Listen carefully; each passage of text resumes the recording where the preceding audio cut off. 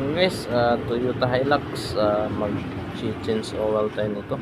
Tapos transmission oil, linis ng air cleaner, aircon cleaner. Ayan, EMS guys.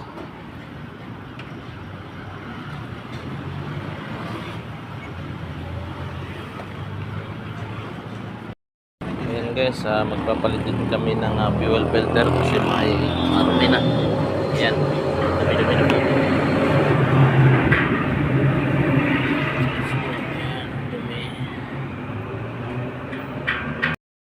Ayan, naka-dry na yung transmission na papalitan ng oil natin.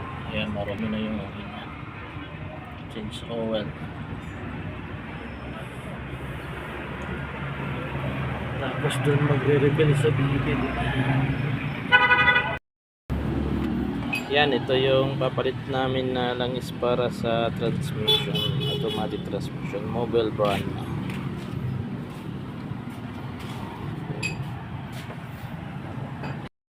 Pump na si papabantoy ng langis para sa transmission.